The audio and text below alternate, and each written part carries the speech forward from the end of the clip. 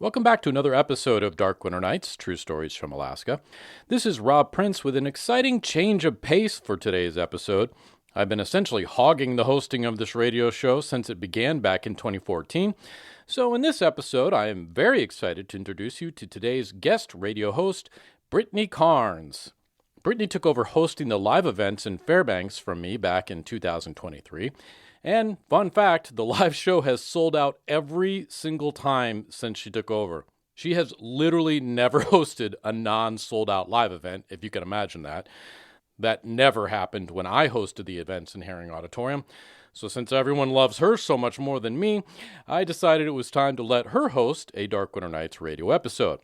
I'd also like to note that today's episode was edited by another Dark Winter Nights executive producer and KUAC-FM veteran, Robin, and story consultation was by Lori Neufeld. They all did an awesome job, and I hope you enjoy this episode. Here's Brittany Carnes.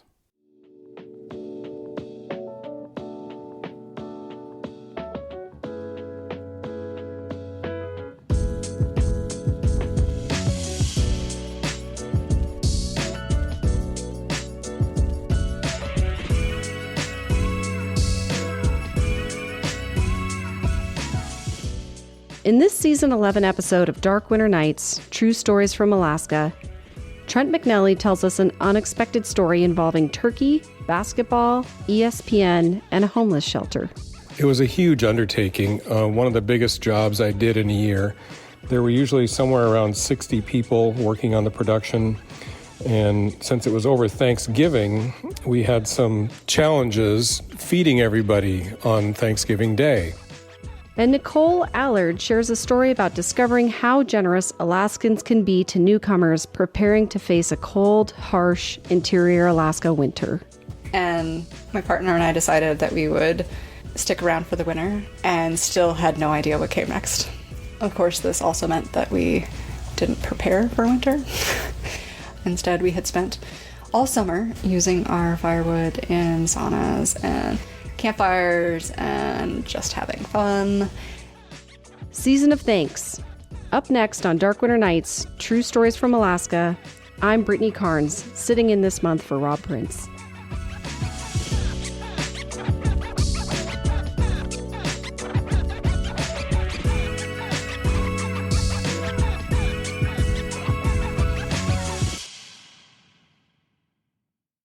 A lot of people outside Alaska may not know what a basketball crazy state we are. Even our tiny 100-person villages off the road system have a basketball court, and it plays a significant role in community life.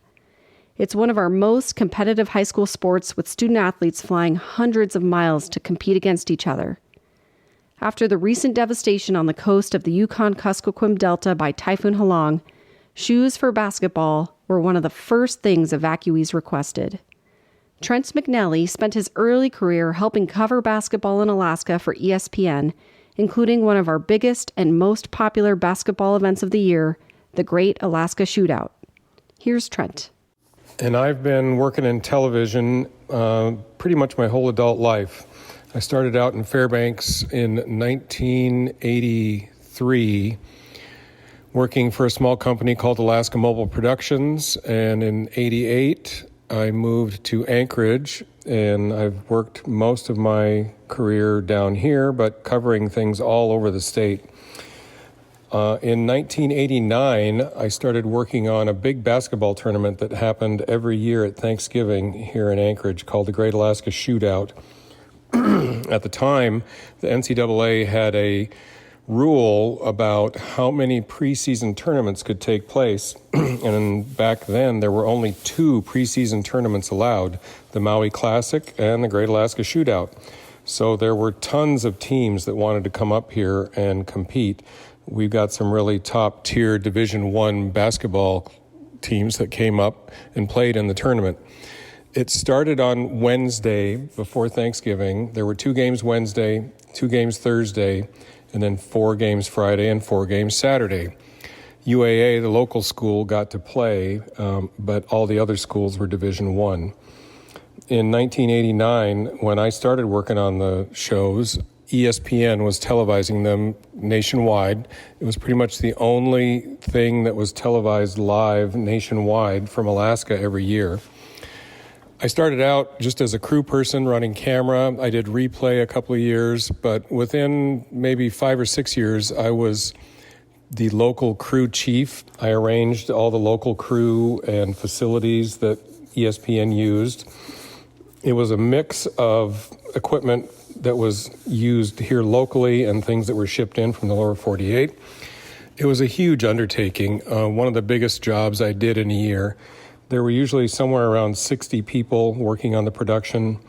And since it was over Thanksgiving, we had some challenges feeding everybody on Thanksgiving Day. Most restaurants are closed, but we had a full 10 or 12-hour workday on Thanksgiving Day. So we hired caterers to come and set up a big Thanksgiving feast for us on Thanksgiving. We usually had it around noon or 12:30. We had games starting later in the afternoon. I think there was a 3 o'clock game and a 5 o'clock game on Thanksgiving Day. So that was really expensive. The university here in Anchorage was the one that paid the bills for everything. They got a rights fee from ESPN to televise the tournament. But then the university had to pay for everything. They paid for the television production. They paid for all the crews to travel.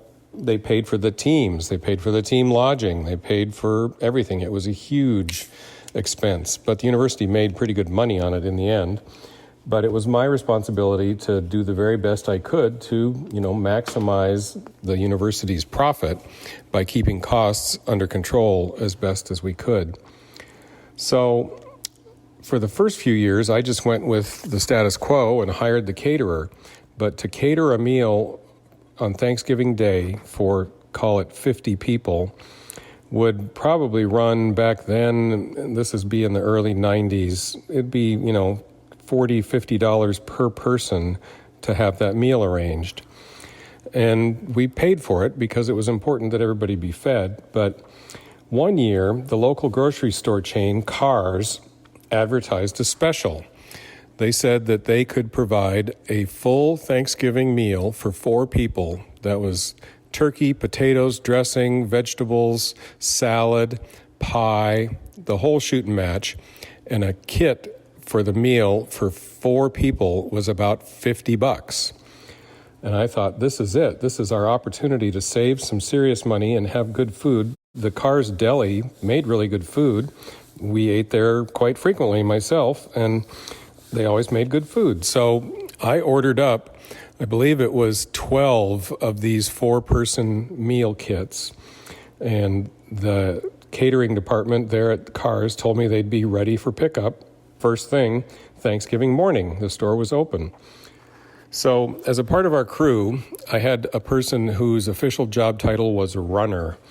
And her job was just to run around and do errands that needed to be done. Usually it was picking things up that had been missed. One time she even got somebody's birth control prescription filled at a pharmacy, but that's a whole nother story. Usually it was going to the store and getting us more snacks, picking up batteries that we needed for wireless microphones, things like that. And I said, okay, Jean, her name was Jean Reardon at the time, and this would have been 97, 98, something like that. I said, Jean, you got to run over to Carr's and pick up all these Thanksgiving meals, bring them back. We'll have tables set up so we can spread out the chow and everybody can eat. And Jean headed out. It was like 9:30, 10 in the morning to go pick up the meals. And about a half hour later, she calls me from her cell phone and says, Trent, there's a real problem here. These meals are all frozen solid. They were pre-cooked, but they were frozen like a big brick. And it was going to take hours to thaw everything out. And we're working at the Sullivan Arena. There are no kitchens that we could get into there. There were no, ovens we could heat up, and there was no way we were going to make that work. And this was a pretty big crisis. We had some pretty high-powered talent from ESPN in town that, was counting on having their meal in a couple hours. And I was just at a loss. It was like I was about to tell her, okay, well, get a lot of bologna and bread and we're going to have a sandwich bar. But she said, I've got an idea. Let me follow up on it. And I said, okay, make it fast. She called me back a few minutes later and she said, I've talked to the Brother Francis shelter where they prepare Thanksgiving meals for the homeless people. And they have a ton of food, all cooked and ready to go. And she said that she had offered to trade them these prepackaged Thanksgiving meals along with a cash donation if they would give us enough food to feed 50 people from their supplies. And they said, sure. So Jean went over. I think she got another couple people to help. And she came back with great big aluminum trays full of really good food. It was great. We had a couple of whole turkeys that had been roasted, big, huge vats of potatoes, dressing. There was a couple of vegetable dishes. There was fresh bread. We had butter, salad dressing.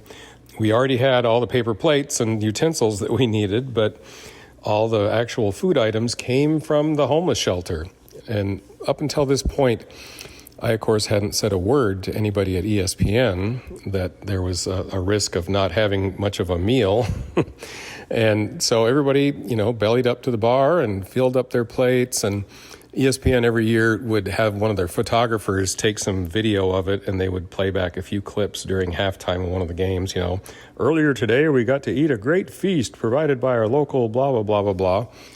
As everyone was eating, I pulled the producer aside and I told him, I said, well, we almost didn't get to eat. And he was all goggle-eyed, and I told him the story, and he laughed out loud. And before long, he had told, all 30 people that had traveled from outside the state to be part of the crew, including the announcing team. They all thought it was great. And during the game, they talked about it on air, that, we had a great meal. We shared our meal with the homeless people of Anchorage, and they were eating top shelf stuff. For years afterward, I continued to work on the tournament up through 2015 was the last year I worked on it. So I'm coming up on 30 years in working on that. The legend lived on all the way to the end. Later on, ESPN was no longer broadcasting, and the broadcaster turned to CBS, and it was CBS Sports. But they too had heard the story about the year that we ate the homeless food for Thanksgiving. Needless to say, after that, I went back to hiring the caterer and just bit the bullet and paid for the more expensive meal option. But it was a story that everybody laughed about, and we had a good time sharing, and thankfully, everybody got to eat a decent meal that year. Trent McNally. This is Dark Winter Nights, True Stories from Alaska, the Season of Thanks episode. I'm Brittany Carnes.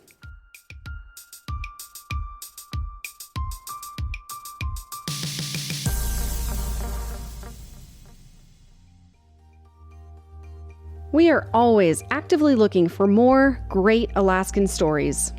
If you or someone you know has a great true story from Alaska that you'd like to share with us, you can email us at story@darkwinternights.com or contact us through our website. We tell stories so much differently in spoken word than we do on the written page. Our favorite way to receive stories is just a quick and simple audio recording of you telling that story on something like a smartphone, and email it to us. That helps us to get a much better sense for the tone of your story and for you as a storyteller. Our rules for story submission are that it must be true, it must have happened to you, it must have happened in Alaska, ideally be told in 12 minutes or less. The easiest way is often to grab a friend to listen to you and pull out a phone to record. And we'll see you at our next big live event on February 28th, 2026 in Fairbanks, Alaska.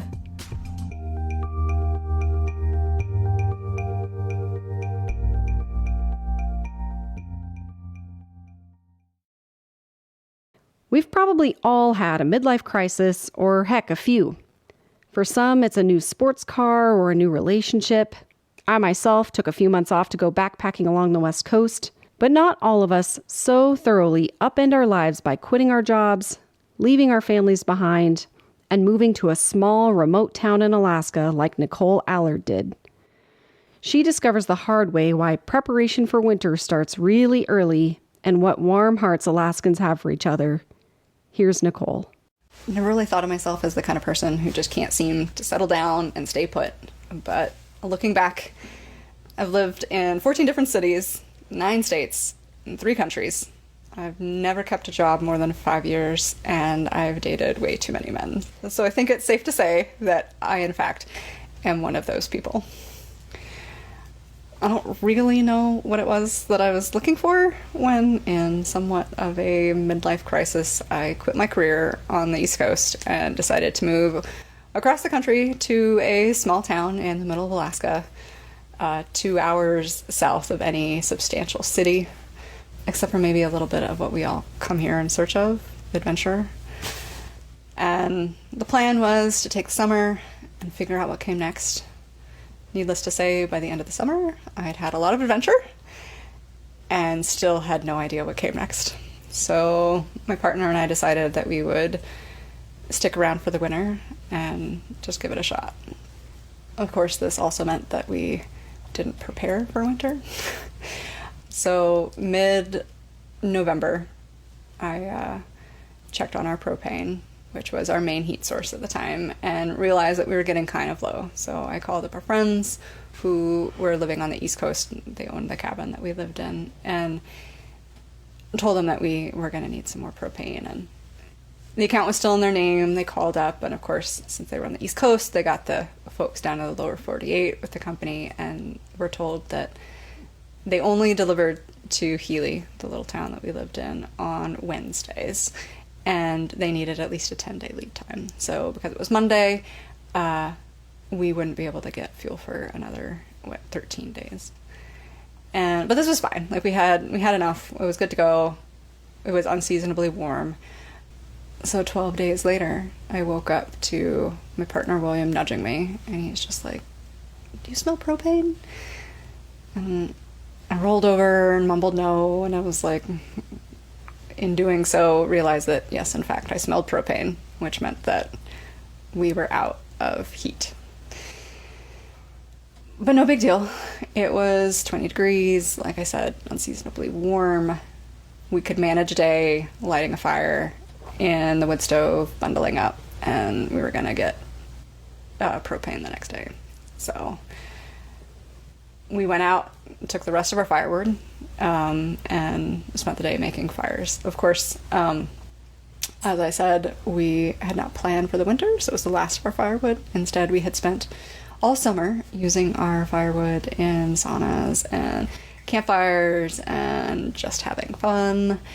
So the next day, we go off to work and come back to a tag on the door saying that they had tried to deliver propane but had found a leak in the system, and so were not able to fill up the system.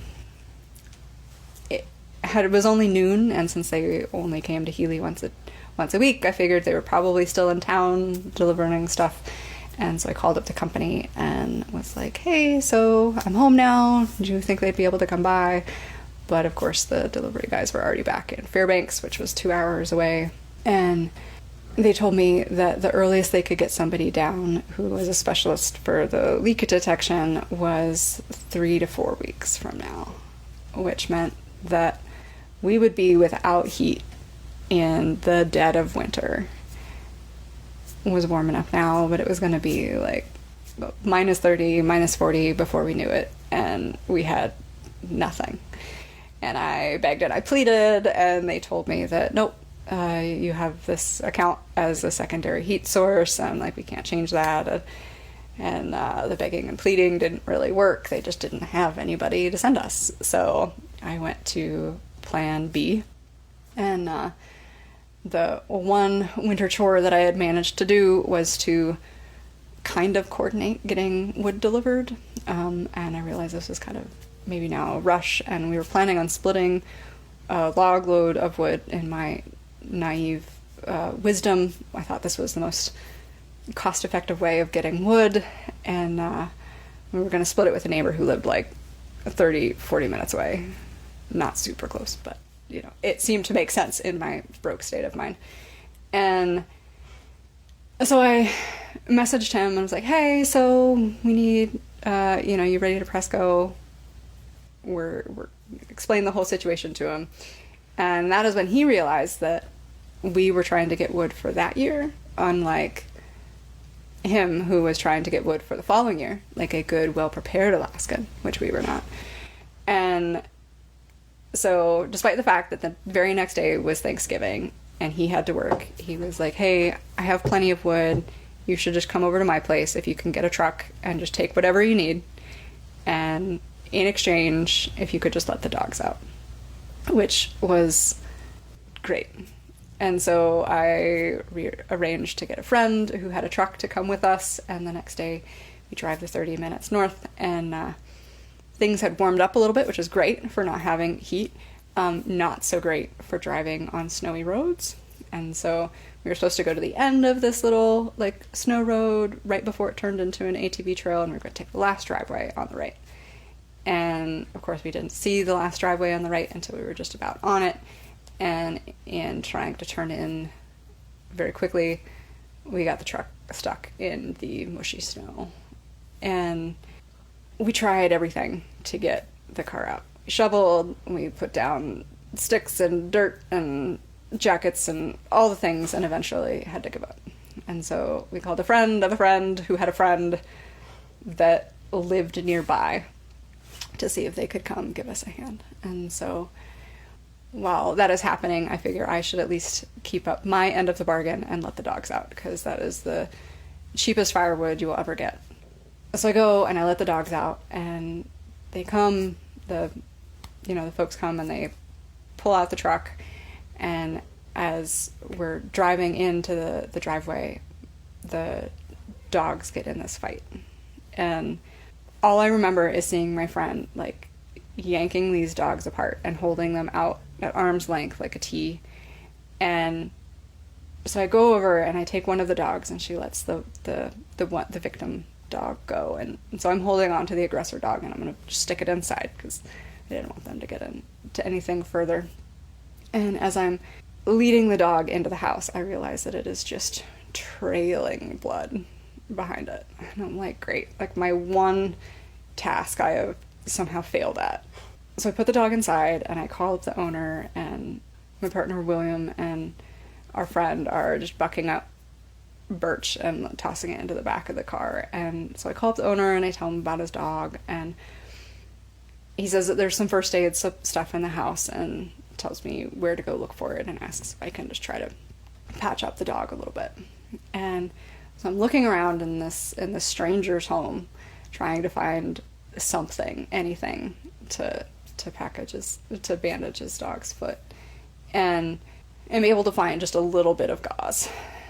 But the dog will not let me get at all close to it. It had this like laceration just behind its paw, and I swear like I could see tendons. Like it was so bad. And I felt so horrible because this guy was being so kind. I'm just thinking to myself, okay, well, I've got stitches at home, I could suture the dog, but like the last thing I want to do is be like right in this dog's face that has just attacked another dog, poking it with a needle. So I call the owner back and tell him that the dog just won't let me get close. And he asks if I can take it home until he gets off work. And I feel horrible saying that I can't, but like I have cats. I have lots of cats. And so bringing home an aggressive dog was just not something that I was able to do. And so he calls a neighbor who lives down the street who used to mush but no longer has any dogs, and tells me that they'll take him if we can at least bring him over to the neighbor's house. And this I could do. And so while I'm doing all of this, I've cut no wood, I've moved no wood, but needless to say, the truck gets loaded full of wood with my friend and William. And so we load the dog into the back with William on top of the wood, and we drive down the street. And of course, we have to make another turn off of this snowy road, and considering our last experience of being stuck in the snow for a half hour, we decide we're just going to park in the street. Nobody is coming down it. It's just this little offshoot from the highway. The dog gets out, and we're walking the dog down, like a quarter mile down to the neighbor's house. And by now the dog has stopped bleeding. He is happy as a clam, thinking that he is just on the world's greatest adventure. And we bring them over to these folks' home, and it's Thanksgiving Day, and we've just completely interrupted their day, and they invite us in for fresh coffee and fudge, and we just sit there and have this lovely conversation, just being super welcomed into their home. And then we finally get ready to go, and as we're unloading the truck and stacking all of the firewood up, I get a call from the technician who has decided that he's going to come down on Thanksgiving to fix our propane tank. And I tell him, like, that's super great, but, like, we've gotten this stopgap and he shouldn't have to interrupt his holiday just to come give us a hand. And he's like, no, I'm almost already there. It's no big deal. And he's going to be there soon. So we finished stacking wood, and I'm finishing up cooking a super easy Thanksgiving dinner of, like, chicken thighs and roast potatoes on my little camp stove on top of the unplugged propane fired stove. And the technician shows up, and I offer him Thanksgiving dinner, which, of course he declines. And he goes and he does his thing, and he comes back and says that he couldn't detect a leak. And so he just filled up our propane and went back up to Fairbanks. And, I was already falling in love with Alaska, just for its utter beauty. And, more than that, like, it was this place that challenged me, and it was harsh, but it wasn't a place you could survive alone. And that was how I spent my Thanksgiving, finding what I was looking for, heat, but also just the warmth that you get being inundated by the generosity of strangers. Finding home. Several years later, Nicole Allard still lives in Alaska, splitting her time between Fairbanks and that same town in her story, Healy, Alaska. And she's still splitting firewood, too.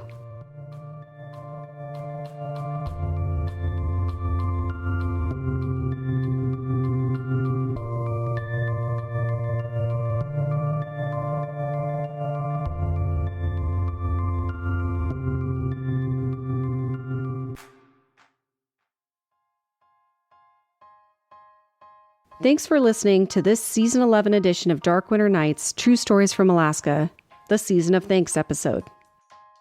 If you really like these stories, please consider subscribing to our podcast. We also have full recordings of all our past live events available on our Dark Winter Nights YouTube library. If you'd like to see one of our live events, our next big show will be Saturday, February 28th at 7 p.m. in Lathrop High School's Herring Auditorium. To be the first to know when tickets go on sale so you don't miss out, you could subscribe to our e-newsletter at darkwinternights.com. That's where we will always first send out notifications of when tickets will go on sale, as well as any other Dark Winter Nights news. You can also consider following us on social media on both Facebook and Instagram to see details on future events. Tonight's episode was edited by Rob Prince and Robin. Thanks for listening. Remember, these are the stories we tell up here in Alaska on Dark Winter Nights. I'm Brittany Carnes.